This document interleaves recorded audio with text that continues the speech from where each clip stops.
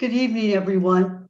Welcome to our regular Thursday evening program. My name is Ruth Arisman with Susan Glassman. I'm a co-president of Women's Voices Raised for Social Justice. We certainly want to welcome all of you here tonight and especially acknowledge that our Jewish brothers and sisters are beginning the celebration of Hanukkah. I think in these grim times, certainly the message of Hanukkah, of hope over tyranny, is a welcome message for all of us, no matter what our faith background. We have at Women's Voices a number of opportunities for you to educate yourself, to learn, to be involved on our website. Our next programs are January 12th, where we have Dr. Art McCoy speaking at a lunch and learn at noon. And on January 14th, we have a program on equitable funding for early education at 7 p.m. Information about how to register for those, as well as information about our book and our movie club and other activities are available on the Women's Voices Raised for Social Justice website. So we hope you'll visit that and take advantage of these opportunities. Before we begin our program, I'm going to take this opportunity to make one final plea. I know many of you have made calls to our senators about the need for a relief package to respond to the COVID crisis. The Senate has not moved on that. The year is ending. I know just from my limited work at our food pantry how desperate people are. People are running out of unemployment. They fear being evicted. And the state is in a very serious financial strait. We absolutely need to pass a comprehensive COVID relief package now. And this week is critical. Even if you've called Senator Blunt and Senator Hawley, I urge you to call them again. Women's Voices has several action alerts on our Facebook page. As you're buying gifts for your families and for loved ones, and sometimes I know many of you purchase gifts for people you don't know in the spirit of the holiday season, the best gift that you can give to our less fortunate brothers and sisters is really that phone call. So I hope you are able to do that. So we'd like to begin our program. We're very pleased to have three wonderful speakers with us this evening. St. Louis is going to surpass well over 200 gun-related homicides this year. So we are in an epidemic of gun violence as well as a COVID pandemic. Our panelists are going to explain how their organizations that they founded or participate in are addressing gun violence with innovative community-based situations. Women's Voices has long held the belief that gun violence should be considered a public health issue and that we need to address it from many facets. Women's Voices has taken the strategy of distributing gun locks to try to keep unsecured weapons out of the hands of children and people who are in danger of suicide. Our speakers tonight, first, Rabbi Susan Talve from Central Reform Congregation and Missouri Faith Leadership Council is the founding rabbi of Central Reform Congregation, the only Jewish congregation in St. Louis City. And if you haven't tuned in to her wonderful morning meditations on the Psalm, check out her Facebook page and join. They're very inspiring and very relevant for our times.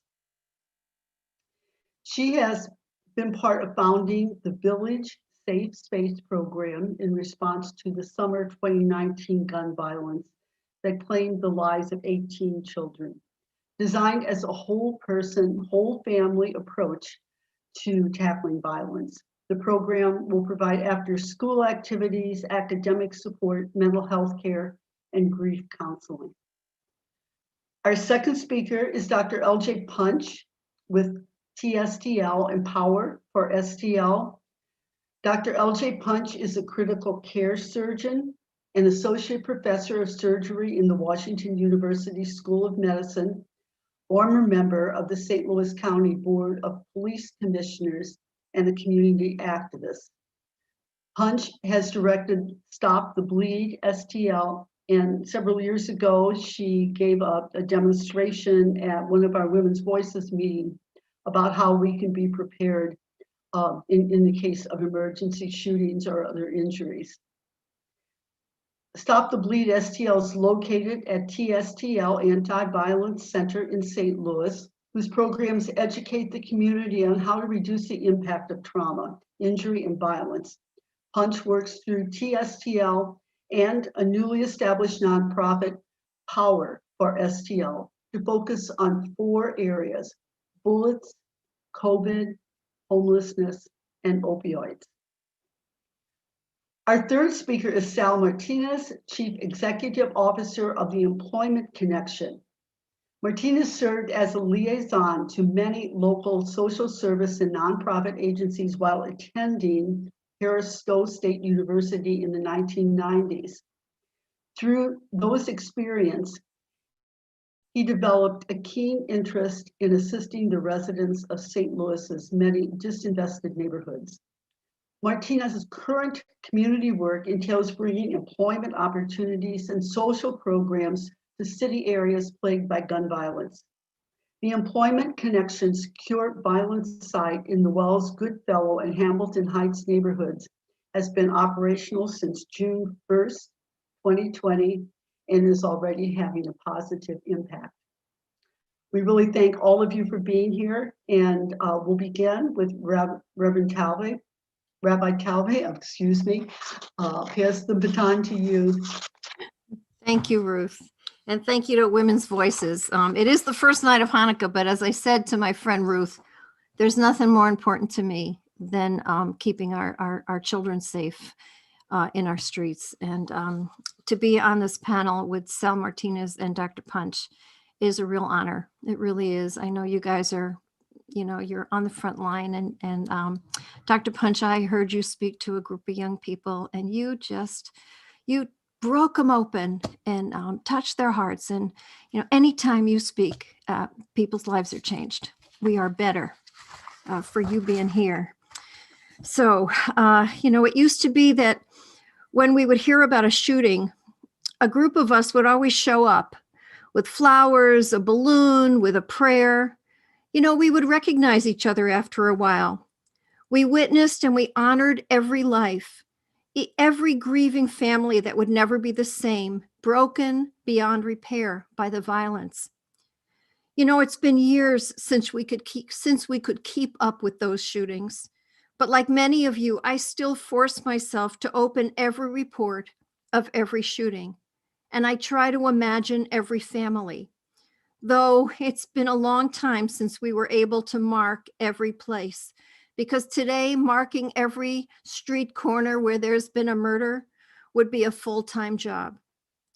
Over the years, we've seen so many different attempts to reduce the violence, the de-escalators, the hotlines, trauma therapy, increasing substance abuse program opportunities, and more detox beds for addicts. Of course, the gun locks and the buybacks and the job training and the focused deterrence, stop the bleed, cure violence, and they're all good.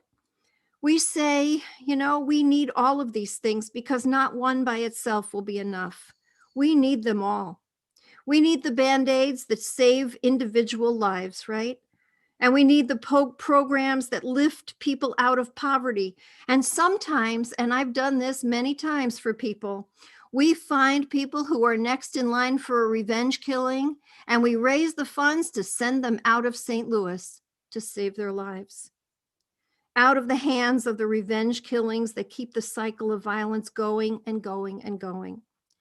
We all know that we also need the systemic structural changes in law enforcement, public safety systems that are not safe at all if you're Black.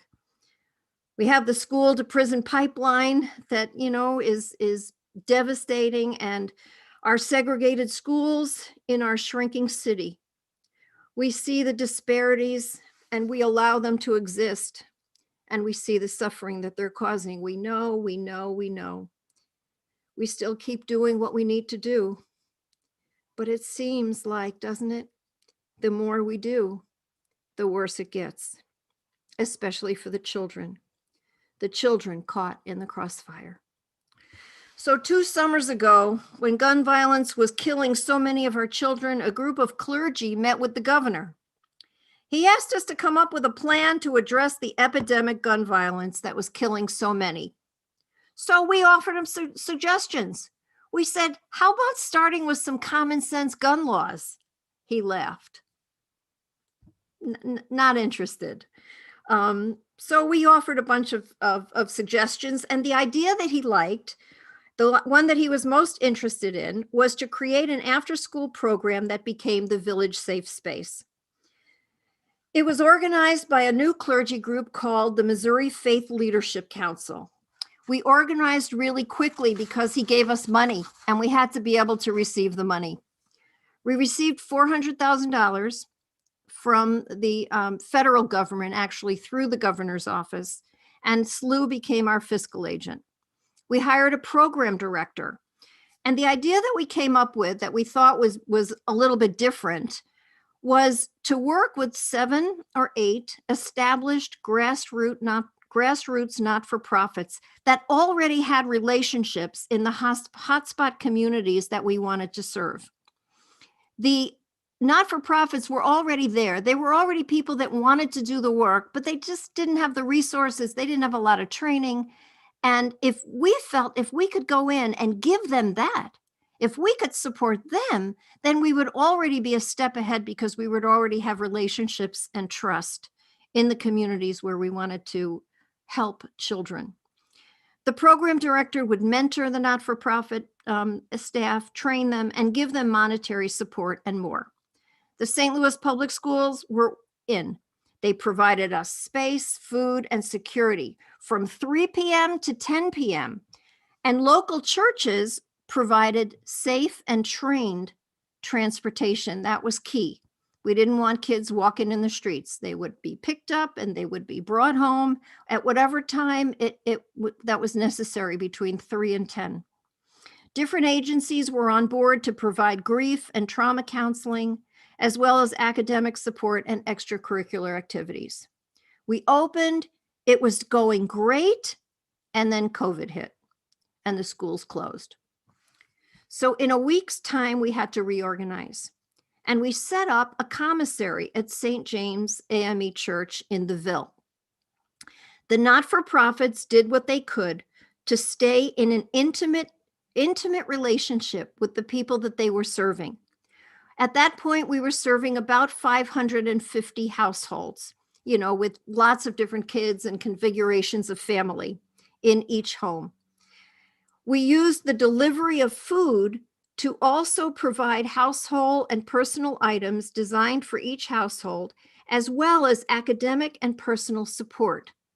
And it was targeted. Each household, because they were small groups, the not-for-profit was already in connection with the household. So we knew what people needed. We knew who they were. We knew who their kids were. We knew who their relationships were. So that was the idea. We actually paid someone to collect data for us, but she never really came through. So a lot of the statistics that I'll give you tonight are anecdotal, but they are, we're hopefully trusting them because they're coming directly from people who are in direct contact with the families. We believe that the cases of both COVID and gun violence have been dramatically reduced for at least our 550 families. The money from that first grant ran out at the end of the summer, but we've continued to serve these families and the neighborhoods. We've reorganized as the St. Louis Resource Collaborative, and our program director is still with us, Tony Cousins. She and we have 4 of the not-for-profits that have reorganized and have kind of grown in capacity that are serving these 550 families. And each one, they're still keeping in close contact with the households, one-on-one personal connections. We know what the families need, so we try to give them personalized deliveries. They don't have to come to the commissary. We believe that during COVID, you know, and these are people that really can't get to the big food distributions. So we bring them what they need. It's a lot of this is based on safe deliveries from people that they know. In our deliveries, and when we did the testing, Women's Voices have provided gun locks. I wanted to get that in. We've been a distributor of these gun locks, and it's not just our 550 families. We've found ways to get neighbors to take the gun locks as well. So we're really grateful for that. And we have done a few testings, and in the testings, we've also been doing education and handing out the gun locks as well. The key ingredient is when so many people are one bill and one crisis away from being desperate, from getting the help they need, we're providing a trusted relationship for them to turn to.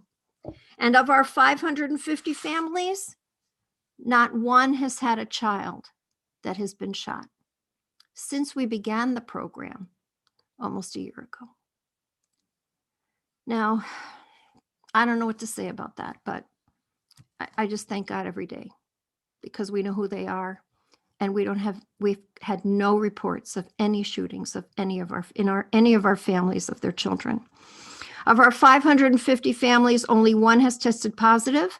And because we've been there to deliver what they need and they don't have to leave the house, we've provided education on safe quarantining and figured out a way for people to quarantine in that particular household.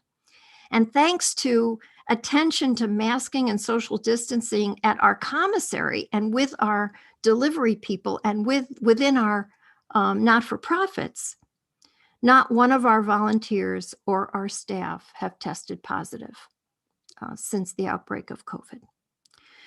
So tonight is the first night of Hanukkah, and one of the stories is about how one little cruise of oil stayed lit for 8 days, long enough to get more of the holy oil needed to light the sanctuary. Now, some people think that the miracle was that it lasted for 8 days, but I don't think so. I think the real miracle was that knowing that we only had enough oil for that one day, and it was hardly enough to light up the darkness, we lit it anyway. I know that this work feels overwhelming. I know that every day our hearts break. I'm a mother that has lost a child. I think about every family. My heart breaks a little bit more when I see another child taken from a family. You're never the same. But I do believe that each one of us is doing what we can, daring to light our lights. And that, God willing, is bound to eventually make a greater light that reveals the root causes of this awful epidemic of gun violence that is stealing our children from us. And by empowering everyone, by recognizing that we need all of us, most especially the people who are most vulnerable, I hope we will continue to believe that and keep doing what we're doing so that we can make a difference. And one day, we will.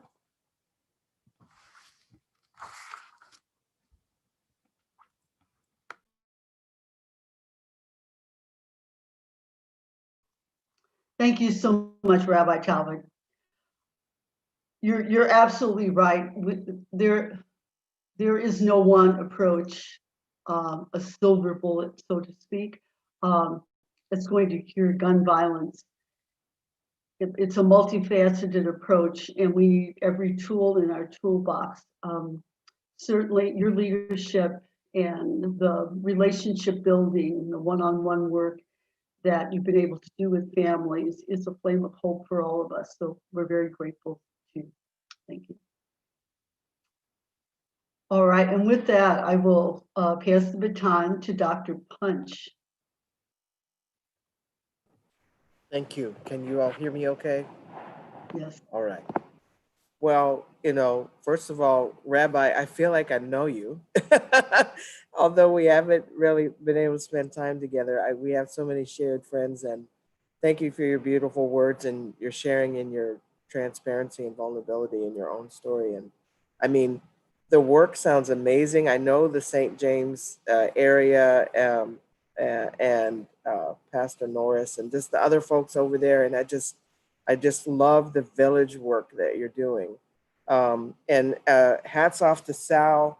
Having a job is one of the best ways for someone to not get shot. And for to see the kind of work that you both are doing, at least for who I was in the past, I always felt so overwhelmed that as a trauma surgeon who trained in Baltimore, a city very similar to St. Louis, and now moving to Ferguson post Ferguson, I just thought that everything I did was so small that the work that I did had nothing to do with the root causes of the violence that I was seeing year after year after year, from the time I was a little baby doctor to being a full-fledged, associate professor of surgery at WashU.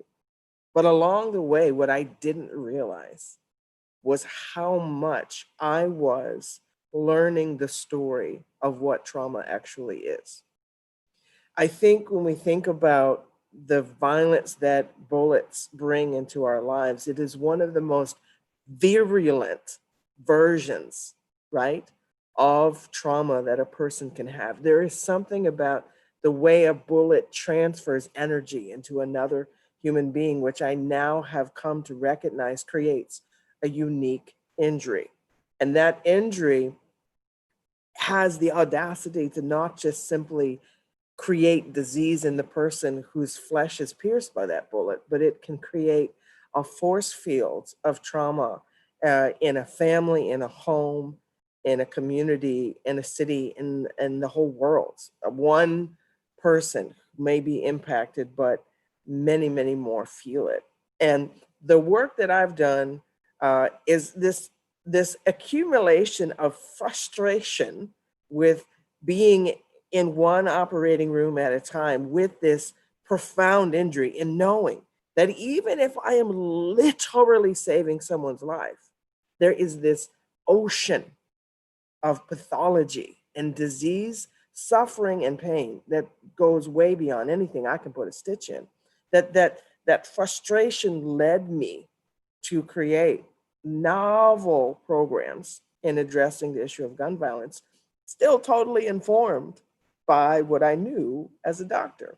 Um, Hats off to Women's Voices Raised for being one of the first local organizations to embrace what I was talking about.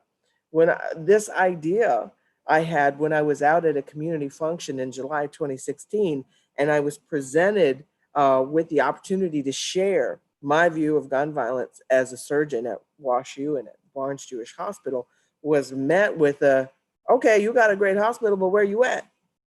And I realized in that moment, again, that frustration that what people wanted was presence, that village feeling. But I was lost because I said, as a surgeon, trauma surgeon in a tertiary academic center, the way I've trained to be, I don't know how to do anything for anybody on a day-to-day basis in the community. I don't have that skill set. And amazingly, this desire to be part of a bigger conversation met with the national work that was going on after the tragic event in Sandy Hook Elementary, to teach the public to be first responders in the setting of mass casualties, recognizing that when something like that occurs, even if the EMS system is alerted in a timely fashion, they might literally not have enough people there to help. And so the public being able to act the same way our country 40 years before had decided the public should know how to act if someone's heart stopped, that gave rise to the National Stop the Bleed campaign. And I realized how powerful a tool that could be if we really brought it to people right where they were at. So I developed, with the help of a medical student and a resident, Jane Hayes and Aaron Andrade, this program that we first rolled out at Better Family Life, teaching just 11 community outreach workers how to stop the bleed. From that moment, I realized, whoa, I didn't just teach someone to be a first responder. I communicated with radical generosity the idea that the power to heal could be inside anyone. In fact, might be best inside our own neighbors. And that's what gave birth to Power for STL, Powerful.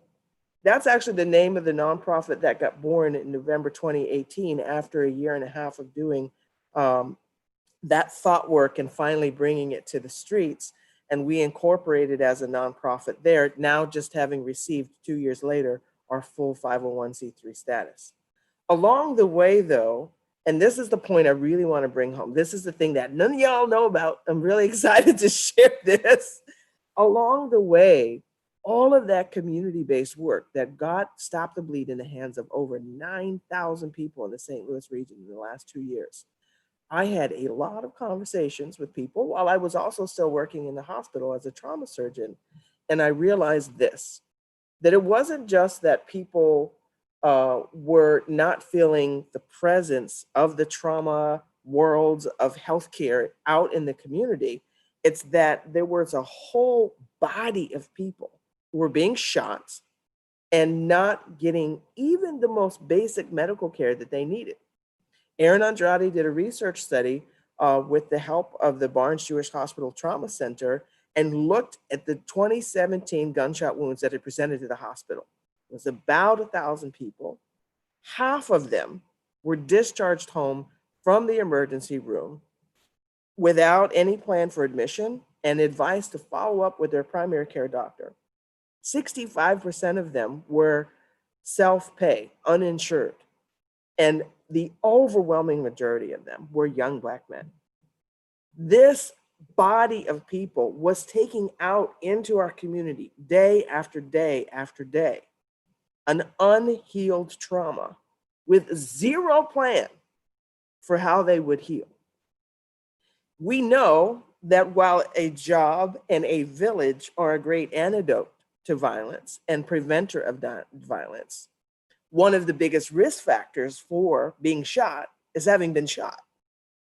And so what I started to realize is that, yes, the bigger picture is really important, but I actually did have a very powerful medicine to share in committing to healing the unhealed trauma inside those bodies that were being discharged from the emergency room to self-care.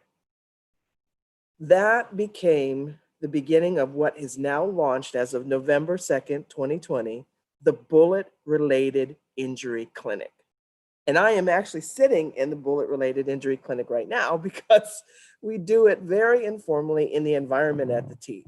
I want to walk around and show you a little bit about the T. Now, you heard that I also run the T STL or started it, but the T is simply the building where our Power for STL nonprofit lives, and it's based on this logo, which is the symbol of a tourniquet, and also no more trauma. So here at the T, we have couches and aromatherapy. We've got music and essential oils. We have some of our retail. We have set ourselves up to be able to have fun with folks with a basketball set and some boxing equipment. And I also have over in the corner, I'm currently operating on some pool noodles for Stop the Bleed models, but there's my little exam table. We've got free supplies and tons more free love here that we provide to folks. So let me just tell you how this works, because it is blowing my mind, the power of this effort.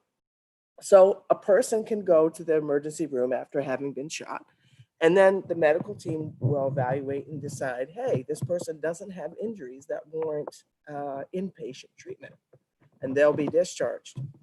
At the moment of discharge, they'll be given a box. We call it a brick box, and they are getting wound care supplies, information about our clinic, a free mask, and a phone call to make. If they agree to be contacted, we will then be able to reach out to them. And oftentimes it's me or Jane. Jane is still working on this project with me, reaching out to say, hey, what do you need?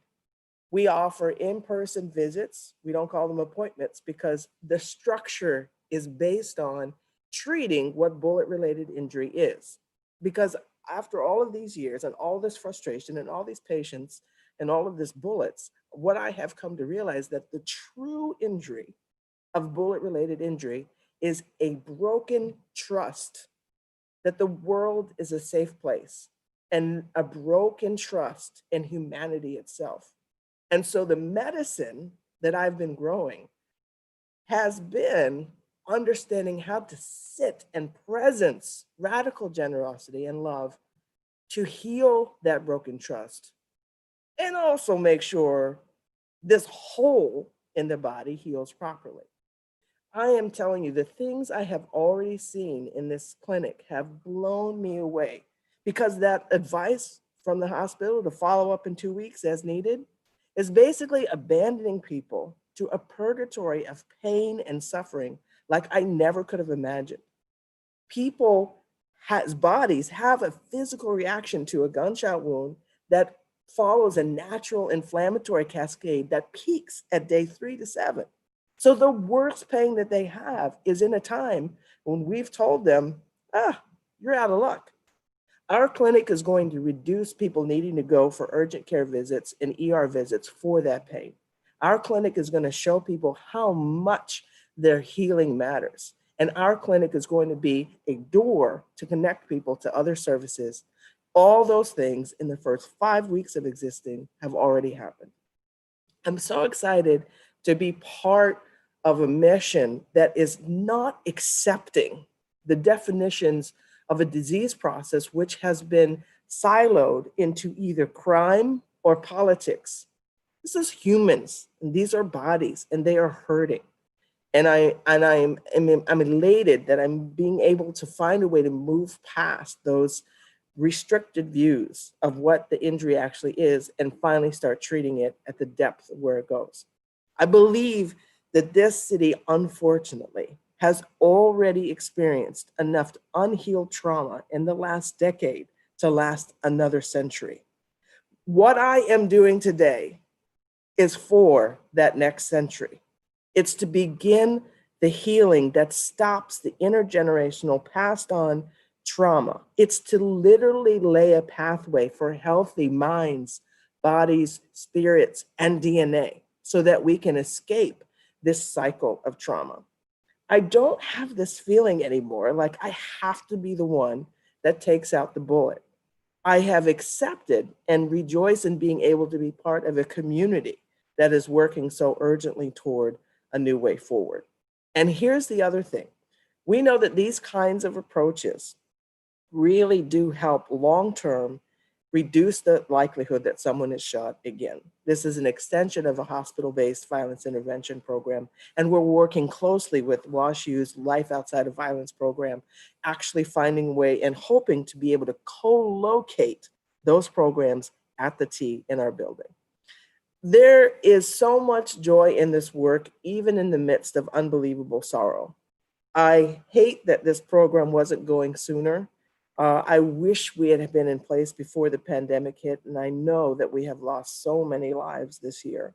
But I'm hopeful that this summer, with the relationships we have, the network we're building, the capacity for in-person and mobile outreach, we will be able to offer this kind of healing power to the entire city and beyond. So that's pretty much my story, and I don't want to take any more time because I'd really love to hear questions.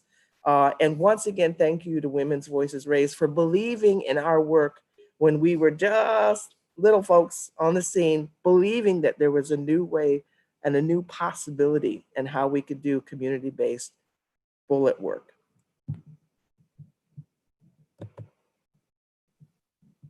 Well, thank you so much, Dr. Punch, for sharing your joy, your excitement, your journey, and your insights. You know, at the beginning of your talk, you said that you were a surgeon and you didn't have the skill set to work with people on the ground.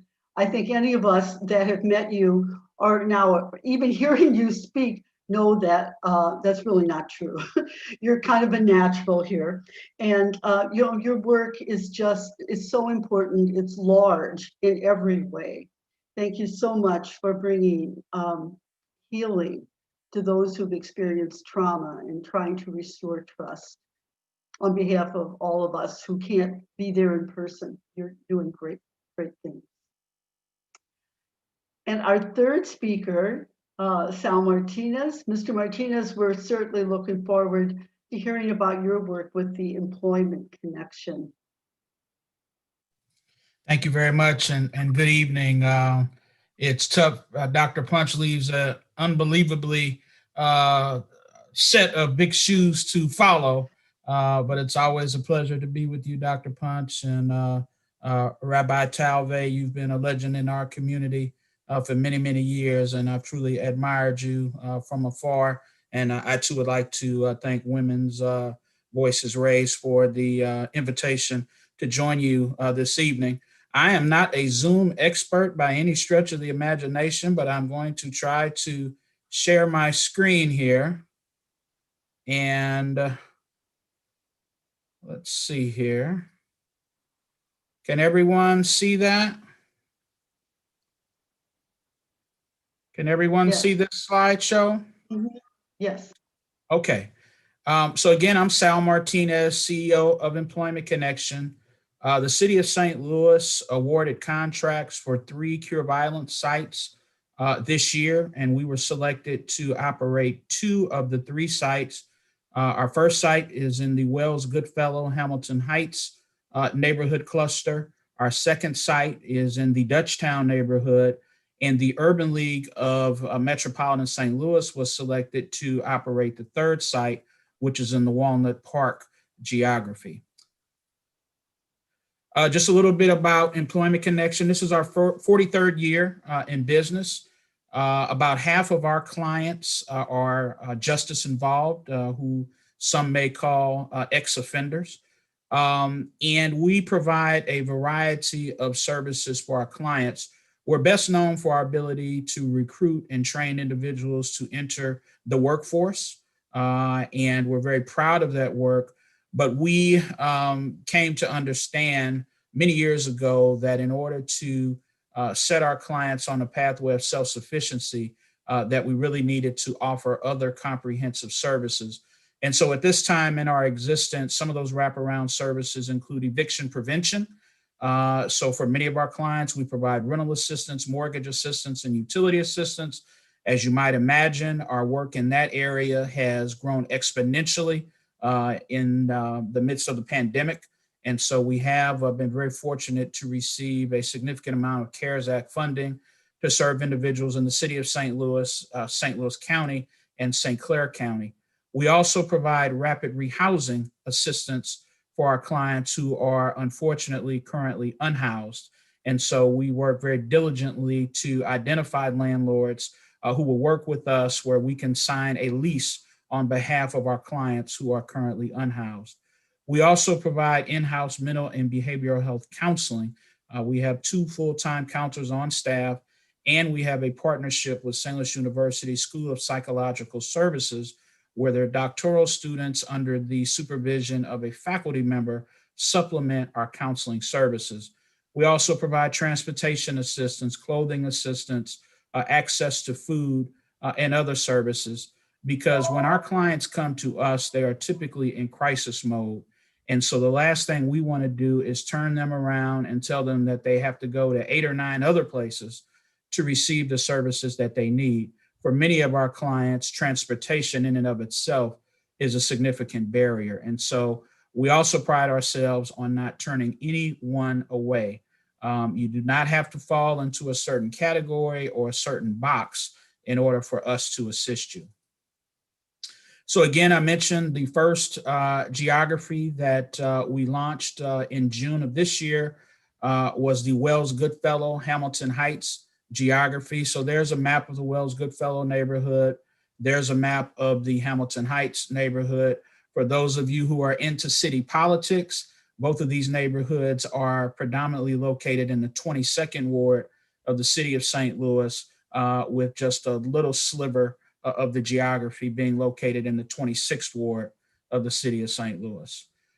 So Cure Violence treats violence as an epidemic. It's certainly not lost on me the irony of the fact that we're all living through this pandemic, that it is compared quite frequently by our partners at Cure Violence Global to how they see the epidemic of gun violence. And so these are some of the characteristics. We've all become very familiar with these terms during the pandemic. Clustering, the spread and transmission of violence is again tracked and treated as though it is an epidemic, which obviously it is.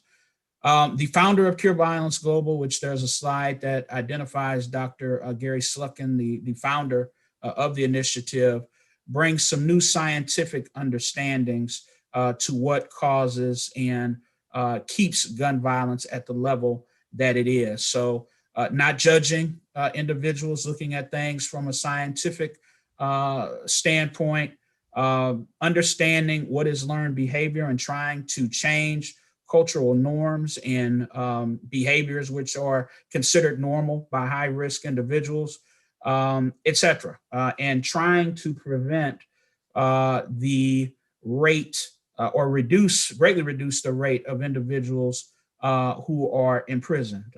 We know that has a unparalleled impact on the community, not just for the individual being incarcerated, but their family members, associates, et cetera. So again, it treats gun violence like a contagious disease. There's that comparison again, and treating violence like an epidemic. There's Dr. Sluckin for those of you who may be interested in learning a little bit more about him. Cure Violence Global was born in Chicago. It is now an internationally recognized approach to reducing gun violence. And in an upcoming slide here at number 5, you will see some of the areas where the Cure Violence model is being implemented. So it is truly international at this point, several countries across the globe. What we do with this program, we focus on high-risk individuals as opposed to at-risk. And there's a definition of what Cure Violence Global identifies as high risk. But these are individuals who are known to be in gangs or street cliques. These are individuals who are known to carry firearms. These are individuals who are known to have shot other people, or in many cases have been shot themselves. One of the other interesting things about the Cure Violence Global approach is that you take on a digestible, if I can use that word, catchment area within the geography where you have been assigned. And so if you look at item number 4 here, we focus within those 3 neighborhoods, Hamilton Heights, Wells Goodfellow, and Dutchtown. We have been assigned a 10 block by 10 block catchment area that the police department, the health department, and other public entities have determined through data analysis are the parts of those neighborhoods that have suffered the highest number of gunshots over the past 3 years. So again, this is a definition of what high-risk individuals are according to Cure Violence. So again, these are the individuals that our team members are focusing on. So this slide talks about our initial team in Wells Goodfellow, Hamilton Heights. It is led by Darren Seals, who has been doing Cure Violence type of work for many, many years, primarily in the Walnut Park neighborhood. He is a justice-involved individual that has turned his life around, that is passionate and committed to giving back to the community that in his mind and in his own words, he damaged in his younger days. We have an outreach supervisor as well, and a team of violence interrupters and outreach workers. And you'll see in that lower left-hand corner here, there's another larger slide. There are individuals there who are in the community carrying military-grade weapons. Our team encounters individuals like this on a daily basis in both Wells Goodfellow, Hamilton Heights, and Dutchtown. So this is very dangerous work. It's very unconventional work. Their typical work schedule is Tuesdays through Thursdays from 2 p.m. to 11 p.m. and Fridays and Saturdays from 3 p.m. to midnight. And they work that schedule is because, unfortunately, that is when gun violence most often occurs in the community. So just a few facts and figures. Again, I talked about the composition of the team, their typical work schedule. Our team of violence interrupters and outreach workers on a daily basis are providing conflict mediation, de-escalation services.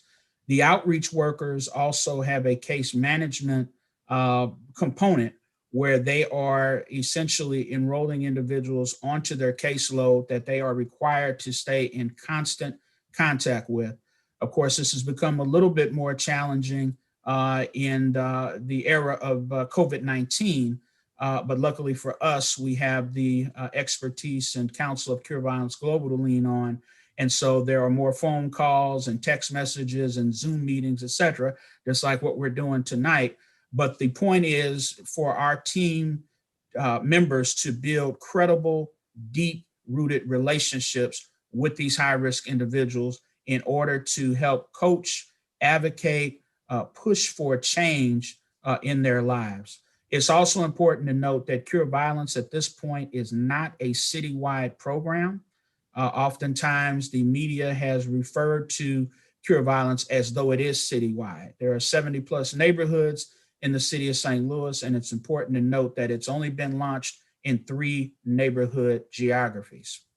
So as we talk about the 200 plus homicides, this program is only focusing right now on reducing homicides and gun violence, again, in those 3 neighborhood geographies. In addition to the grassroots level engagement services that they provide with high-risk clients or with the individuals that they're working with, we are also required to host ongoing community events.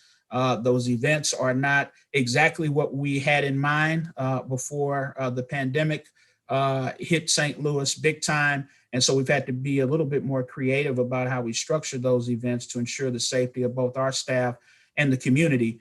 But these events are used to recruit individuals, to explain what the Cure Violence Model program is all about, and gives us an opportunity, again, to build relationships with the neighborhood, with the various stakeholders, and ultimately with the high-risk individuals. And so these are just some assorted pictures. You'll see a beautiful friend of ours, I think, who's on this call or who's in this meeting. She just spoke. There she is on the right with Darren Seals. Our office in Wells Goodfellow Hamilton Heights is located at 5502 through 04 Natural Bridge. This is actually a property owned by the Hamilton Heights Neighborhood Association. So we're very proud to partner with a community development corporation that has been investing in the revitalization of the neighborhood for decades. In September, we launched a second site in the Dutchtown neighborhood. This is a map of the Dutchtown neighborhood, a neighborhood that has seen a significant amount of investment and redevelopment over the past few years. So we're very excited to be there. Ms. Danae Reynolds is our site manager at that location. And we have a team, just like the Wells Goodfellow Hamilton Heights team, of violence interrupters and outreach workers. They work the exact same schedule as their colleagues in Wells Goodfellow Hamilton Heights. It's just that they've been assigned to a different geography. One of the other interesting things about both of these teams are that most of the individuals live in the neighborhoods where they are working. We've been very intentional and very tactical about hiring individuals that have already existing credible relationships in these neighborhoods. Several of our team members are justice involved. Several of our team members have been shot. Several of our team members have shot other individuals, and that was intentional. Again, we wanted to hire individuals that had credibility, that had relationships, that had the same lived experiences as the high-risk individuals that they are working with on a daily basis. Our Dutchtown office is located at the Neighborhood Innovation Center, a shared space for local nonprofits in the Dutchtown neighborhood. It's a really, really cool location. and really puts us in the heart of the Dutchtown neighborhood. There's some signage. We've quickly become ingrained in the ongoing activities of the Dutchtown neighborhood. They have a lot of organizations that are involved in community development and education and recreation, and we've been very warmly received by them. And just like we have been in Wells, Goodfellow, Hamilton Heights, we work with the Story Stitchers, we work with Dr. Punch's organization, we work with local congregations who have all been very receptive to the work that we are focusing on in their neighborhoods. This is just a job description. A lot of people have said that they want to do this work. When we tell them about the work hours, most of them have said, nah, that's okay. I want to have a social life. I don't want to be at work at 10 o'clock on a Saturday night. Some folks have said they want to do this work, and then when our team takes them out as part of a pre-screening and they encounter individuals again with firearms, that changes their minds. And so it's been a very interesting process to interview individuals and talk to them about the realities of this work. This last slide is just a picture of Darren and Charles Hatley in the Wells, Goodfellow, Hamilton Heights neighborhood. Again, they regularly encounter individuals with weapons, but they are brave enough, they are focused enough, they're passionate enough about their work to approach these individuals in an effort to start to build a relationship with them.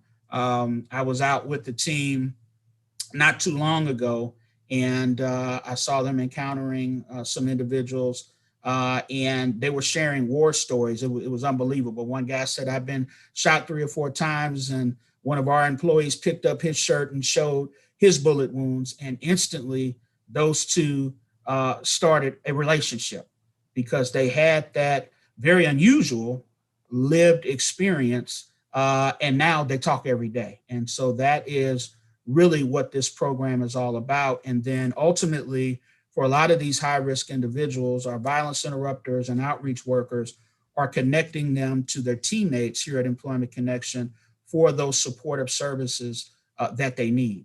And so almost on a daily basis, they are bringing these clients in or calling their colleagues here if individuals are looking for employment, if they're looking for housing assistance, if they're looking for food, for clothing.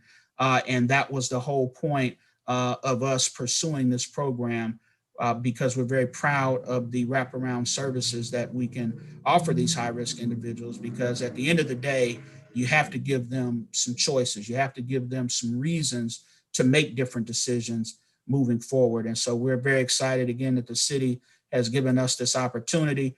All 3 teams are here at Employment Connection this evening, being trained by our partners at Cure Violence Global. So this week has given, for the first time, all 3 teams are getting to meet each other and form those relationships and start talking about best practices and trends that they're seeing as relates to gun violence.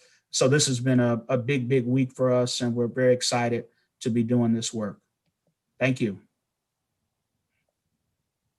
Wow, thanks so much. As someone who lives on the edge of Dutchtown South, I want to say welcome to the neighborhood. We're so happy you're here, and I believe that you'll be a great positive factor in the development of and redevelopment of our neighborhood. What strikes me with all 3 speakers is everyone's strong understanding of gun violence as a public health issue, and yet we don't solve it in ways that are not relational and very personal and healing. All of you approaching it, from a bit of a different aspect, but that's very consistent. I find that comforting. Thank you all for your work. Now we have time for questions. Nancy Litz is going to facilitate the Q&A, and if you can put questions in the chat, or if you're by Facebook, you can also submit questions. So I will hand this over to Nancy. Thanks, Ruth. we have a few questions that have already landed in the chat. I think, Sal, this probably is going to be most in your wheelhouse, although the others are certainly invited to chime in as well. But the question was, what sort of impact have you seen from COVID or during COVID and presumably related to COVID on the rate of gun violence? And how is that impacting the ability of your interrupters to do their work? So I would say, as it relates to the Wells Goodfellow Hamilton Heights team, initially when they got started, there were fewer individuals out in the community, but that didn't last. And we attributed that to fear of COVID-19, but that didn't last very long. And so they unfortunately, even though part of their work canvassing is passing out pub ed provided to us by the health department and Cure Violence Global. So we talk about the importance of wearing masks and social distancing and what have you. Unfortunately, many of the high risk individuals don't subscribe to those recommendations. And so they do tend to hang out in rather large groups. The biggest impact that it's had on our staff is that in implementing this curriculum is the fact that they do have to keep in mind those safety protocols and recommendations. They are in a normal course of life. I've seen our interrupters and high risk individuals just instinctively want to shake hands and give each other a hug. Because that is normally in those types of communities for sure, the way that you would greet someone. And so it's been weird to see that awkwardness of us not being able to do that, or maybe we can just do a quick hug and then back away from each other. And so I'm smiling. It's not funny. It's really unfortunate because that then hinders that bond that they normally that they want to extend, and that individual wants to give back to them. And so that's been the biggest issue for us to have to constantly overcome and be mindful of. So I see Rabbi Talve and Dr. Punch nodding along. Do either of you have anything you wanted to add to those comments? I would say philosophically, what I already understood from the Cure Violence model and Dr. Gary Slutkin was that all the information and understanding of gun violence I had was actually going to inform my capacity and our work as an institution to deal with a viral pandemic. In other words, it goes both ways because the COVID is a highly social disease in terms of how it takes advantage of our interactions with each other. And so my group has actually expanded profoundly its community contact and work because we quickly pivoted from the Stop the Bleed campaign that we had been focusing on to a Stop the Virus campaign. And through tremendous leadership and radical support from Prepare STL, which was funded through the Missouri Foundation for Health and the Regional Health Commission, we actually were able to lead a supercharged PPE and education campaign that got our infrastructure even stronger at our nonprofit, which is now building into us being able to do things like the brick and the mobile outreach that you just saw in that picture with Darren. So oftentimes we looked at things during the pandemic in Black communities and said, oh, there's disparities and there's all this suffering, and that's true. But what I experienced was the profound assets in community to pivot, act, and help each other. And Prepare STL has been an incredible model of that. So yes, it slowed things down in some ways, but we have personally experienced an advancement in using community and relationship to get public health messages out. And our messages around not just bullet injuries, but also now opiate dependence are riding that wave. And really, when you take all this down, we add in the issue of housing. It's about the health and well-being of people. And while COVID has been such a horrifying burden, it has taken down the veil of our interconnectedness, and it's given fuel and power to a lot of really innovative solutions that weren't necessarily valued in the past. Very interesting insights. Rabbi Talve, did you want to add to that? Yeah, no, I think they've covered that. I think, the idea about trust and building relationships. And the other thing that I hear in both, in both efforts, both innovations, is something that we've found as well, and that is empowering people, giving the people who are most effective an opportunity to do for themselves and do for others. And that really makes a difference. I mean, those two brothers, sharing their wounds, it awakens something in them that will be a blessing to somebody else, So, I just think we have to keep building on these models. Well, And COVID has given us an opportunity. It has given us an opportunity. And I wonder when this is over, if we don't see, because of all these different relationship building innovative programs that are going on in our little city, if we don't see that we have better outcomes in the Black community than some other places, I wonder. Well, it's certainly encouraging to hear such optimistic and positive viewpoints from all three of you in what has traditionally been seen as such an intractable problem.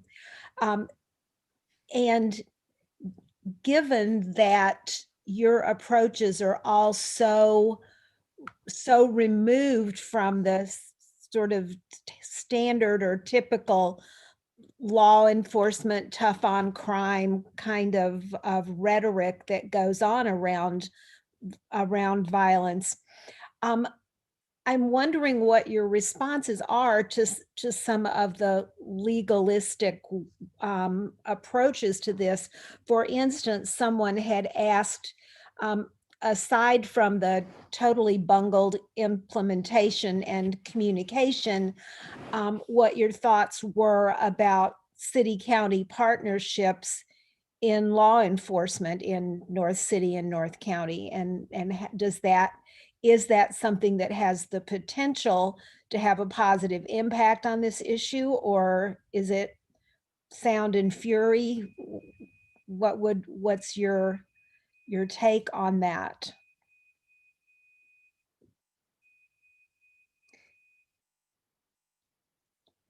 All at once, please. I'll hop on this just philosophically,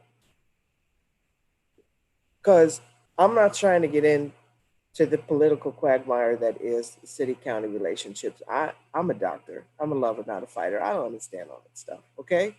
But here's something I do understand, all right? If the issue of violence is an agreed upon burden, then why are there such radically different responses to how that issue might be improved? And I think what worries me the most about the discourse around regional policing is what the endpoint, what the point of it is.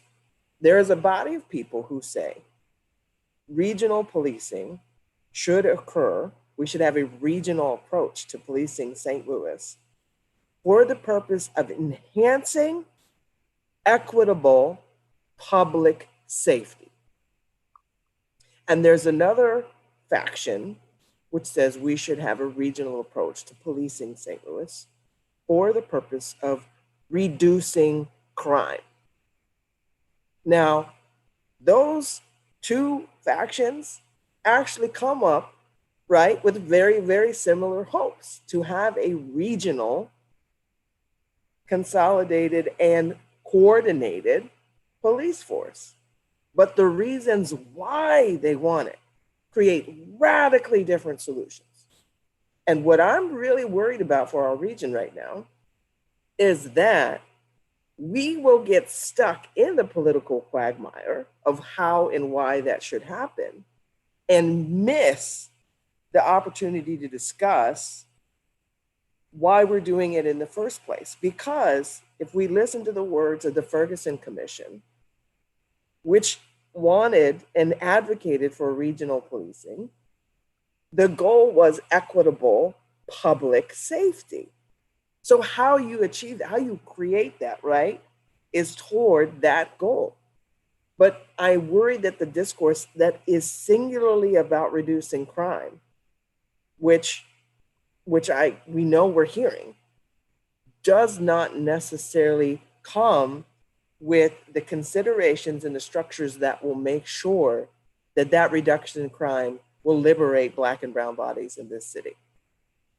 There's a lot we could talk about beyond that, but I am begging people to have that conversation, because if we have that conversation, a whole lot of this other stuff lines up. But I worry we're going to get into tit for tat about a lot of things that are not the point. That question to me is the point. Rabbi Talve, your body language is screaming that you have something more to say too. I can't. I could not have said it any more clearly than Dr. Punch. I mean, that was really important. That's such an important witness to what's happening. And, you know, it's hard for me not to, think about some specific issues that we have that would be solved by some kind of a regional approach to things. Like, I mean, we've been talking about this since Mike Brown was murdered. And 91 municipalities, and every time we got arrested, you walk into the little Pine Lawn police station, and the first thing you see is an ATM. I mean, everybody's got to make their budgets in these municipalities. I mean, I don't begrudge them wanting their identity and who they are, but they have to make their budgets, and they're making their budgets on the backs of profiling.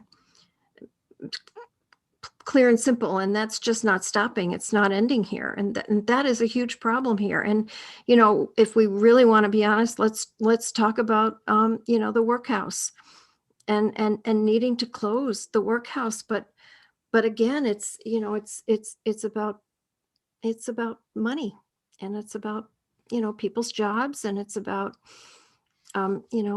people taking sides and thinking that they're doing the right thing, but, not having that courageous conversation that Dr. Punch says we have to make. We have to have those conversations for the common good, because self-interest is killing us here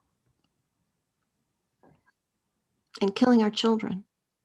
They're caught in the crossfire of the self-interest of people, who are not thinking about the sacrificing for the common good. So another question that pops up that seems to demand a little bit of fantasizing, but if it should be that the Missouri legislature really wanted to make decisions and implement practices that would have a positive impact on this problem in our probably both metropolitan areas of the state, what would you like to see them contribute to a solution?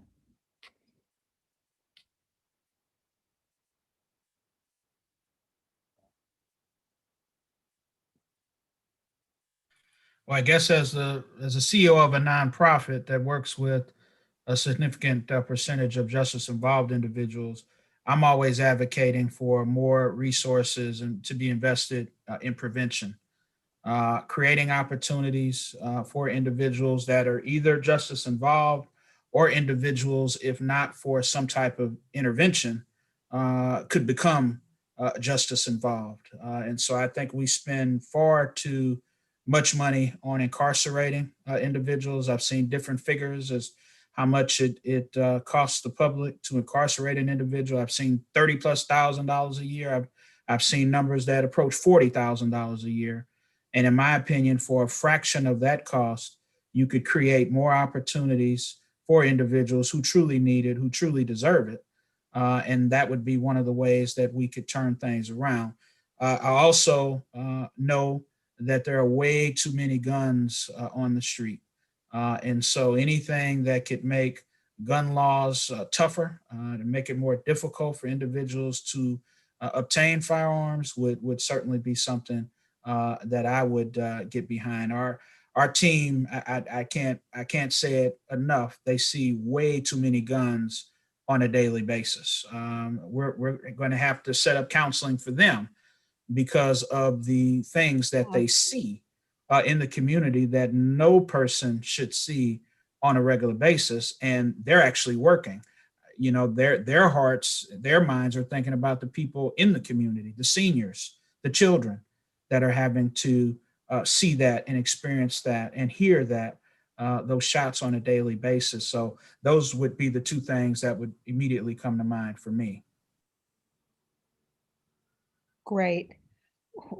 We'll all keep lobbying, keep writing, keep phoning, and keep trying to support candidates who have similar views, as few and far between as those sometimes might seem to be. Another question that's popped up from a number of people addressed to each of the three of you is, how can I help? What resources could the people on this call potentially bring to bear in support of what you're doing? Do you have volunteer opportunities? Do you need money? Do you need in-kind donations? What sort of things would be helpful to support the work that you're doing? All of the above.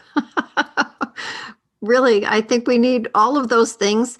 You know, we need more money, supporting especially the not-for-profits, you know, that are on grassroots. I think that, you know, Sal said something really important. You know, we've got 3 areas where cure violence is.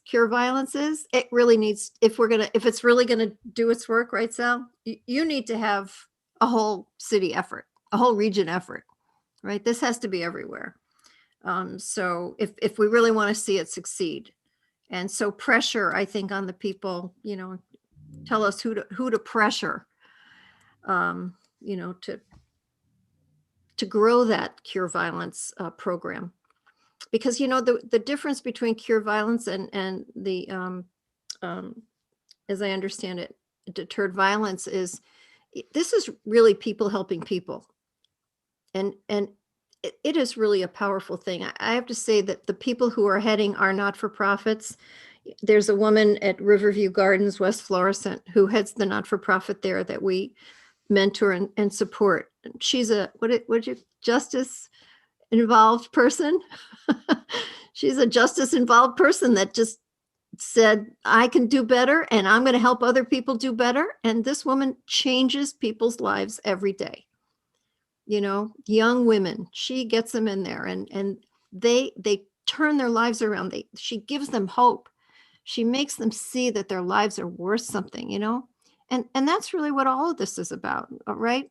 Dr. Punch, when people come into your clinic, they say, I don't have to get shot again. I don't have to go through this again, right? I mean, that's really what we're trying to do. We're trying to lift people up out of this mess and help them see their beauty, their goodness. Everybody can participate in that. You know, we're looking for volunteers right now at, we are involved with Gateway 180, which is a homeless shelter for women and their children. And, you know, the women would love to have workshops to help them create resumes so that they can go into the workforce, or, you know, learn financial literacy. You know, there are skills that people on Zoom have out there that they can bring to people who really are looking to help themselves and help their families. You probably have more specifics that you guys would like to ask for. Other thoughts, guys?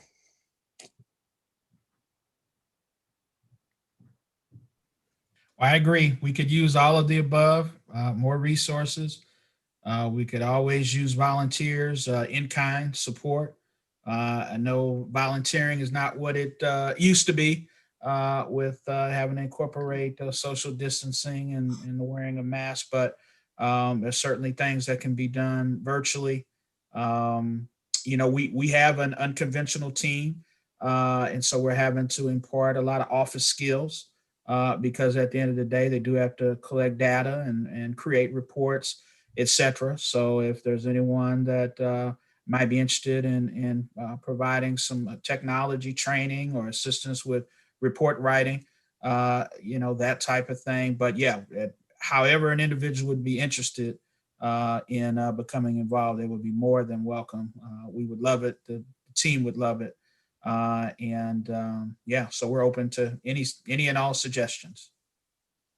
I think if you go on our websites, you'll see lots of ways to help. And Dr. Punch, what's the store? What can we get you for your store? So we have, from the beginning with the Stop the Bleed work, recognized that we could make a cost-effective kit available to people who took our class, less expensive and higher quality than what they could get commercially, but that it would still buffer a little bit our cost for the class. That has blossomed into kind of a full self-care store where we have lots of different items physically here, like I said, soaps and oils and bracelets, as well as multiple bags, multiple kits, and just tea gear, like a tea hat or tea socks. So we are actually having a market this Saturday from 12 to 5, but you can always reach us through our website. And we also are still doing our best to try to do classes. This Sunday at 10 o'clock, we'll have a virtual Stop the Bleed class. Trauma First Aid is what we call it. And there's other abilities to interact with us. So our website, www.thetstl.com, hopefully we can share that, is a great way to interact, because you can buy something, you can take a class, and you can make a donation. The other thing I would say is we're looking for enduring partners. One of the things that I am learning is that all this relationship-based work is really valuable, but it takes time and persistent, consistent showing up. And we do have volunteer opportunities that are just drop in, do something, make a kit, put a PPE thing together. But we also are looking for partners who say, I want to go on that corner with you and bring you a few gallons of milk and you know, a hot meal every, you know, Tuesday for the next 3 months. Like, we're looking for people who want to say, no, I want to really invest in one area, one thing, because we are expanding our mobile outreach right now, even in the midst of the pandemic, just being super safe about it. So you can also email us through that website if you're interested in that kind of opportunity. And for those of you who are watching on YouTube, our admin is posting that website address in the chat on YouTube. And Rabbi Talve and Sal Martinez, if you guys would like to type your contact information into the chat here on Zoom, we'll transfer that to the group on YouTube as well. And one wrap-up question really quickly. the initial question was posed as what has surprised you the most during your journey in this work?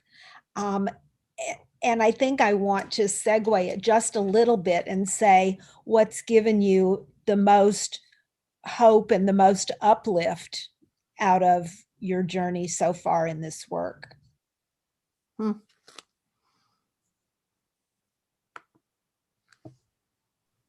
I guess I would say what has both surprised me and given me additional hope and optimism is how quickly our team has been able to develop credible relationships with the high risk individuals that they're working with. These individuals want to do something different with their lives. They're not glorifying the things that they have done, and so it's really been inspiring to see these relationships form that we hope will last for decades and be passed on to the younger siblings, the children and the children of the high risk individuals that they're working with. So we didn't know how that would work.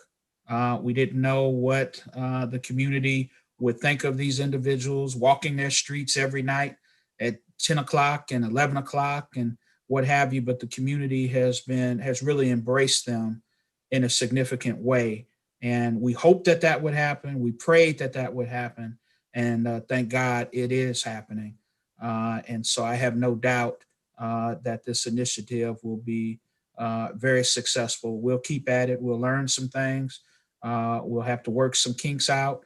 The Cure Violence sites in St. Louis are not like the ones in Chicago or New York or Atlanta.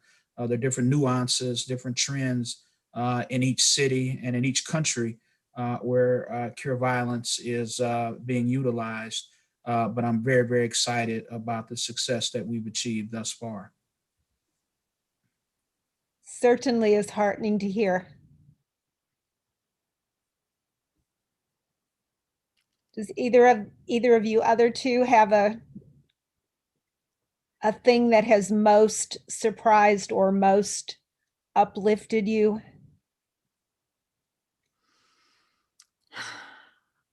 Let's see, surprised or uplifted. I think, for me, it's, well, there's so many things, but I think when COVID hit and we had to reimagine our safe space program, within a few days, because people were hungry, because children weren't going to get food at school anymore, and there were no programs in place yet to feed them in those first few weeks. The generosity, the outpouring that I saw from people who just said, what can I do to help? And then they did it. They sent food, they sent money, they sent Instacart deliveries. We had a commissary that was filled in those first few weeks because we knew that people weren't organized yet. And the other thing that I saw young people from the neighborhood who had grown up, got educated, and left. I watched them come home. And they are working the not-for-profits, some of them. And they're powerful. They are beautiful, they're smart, and they're so capable. And they're not forgetting where they came from, and they're teaching us how to how to be respectful of people and help, and how to help. And I guess that's the thing, is the generosity of spirit. It's there, we just can't let ourselves get tired. We have to keep it going. And I mean, it gives me hope seeing what Sal and Dr. Punter are doing too. Mm-hmm. Trauma, you can heal from trauma, right? I mean, I think that's gotta be our hope here, because you're right. the trauma that this city has experienced is overwhelming. And it takes a lot to heal from trauma. It takes a lot of love. I mean, it does, you know. You don't have to be doing what you're doing, but you know, you're choosing to do that. And I think people who have been traumatized, when they see that people care, it just keeps a little bit of hope open for them to heal. So. Very inspiring. Dr. Punch, do you want the last word here? You know, I've already said it. What has most surprised me is the profound interconnection and overlap between drugs, guns, viruses, and where we are able to eat, live, work, and play. And where I am finding the most power is looking for solutions inside those crossroads rather than spreading those ideas apart, because those things exist inside human souls and bodies. And the solutions that I'm finding are wild, things that I never learned in medical school. And it's just been surprising to find and tap into that kind of true healing power by looking at where those seemingly very different things connect. Thank you all. It's been an incredibly inspiring as well as enlightening evening. Ruth, I'm going to hand it back to you for any final announcements or wrap up.